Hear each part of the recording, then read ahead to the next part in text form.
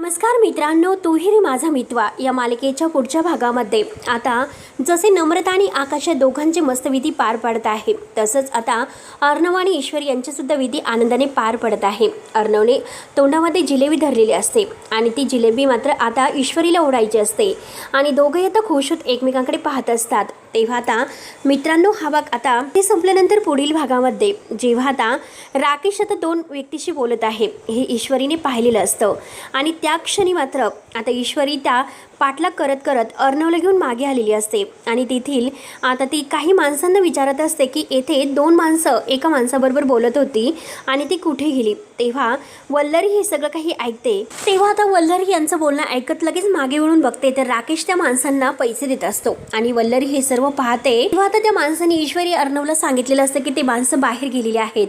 तेव्हा ईश्वरी आणि अर्णव बाहेर येतात. तेवढ्यात राकेश फोनवर बोलत येत असतात.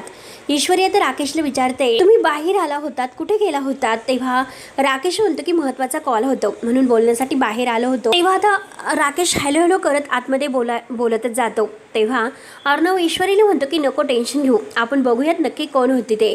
आणि तेवढ्यात ईश्वरी मागे वळून बघते तर त्या माणसाचा टॉवेल तेथे पडलेला असतो.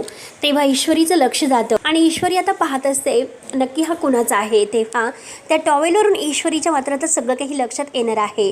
तेव्हा मित्रांनो, पुढे नक्की काय होईल हे बघायला विसरू नका. तोपर्यंत धन्यवाद.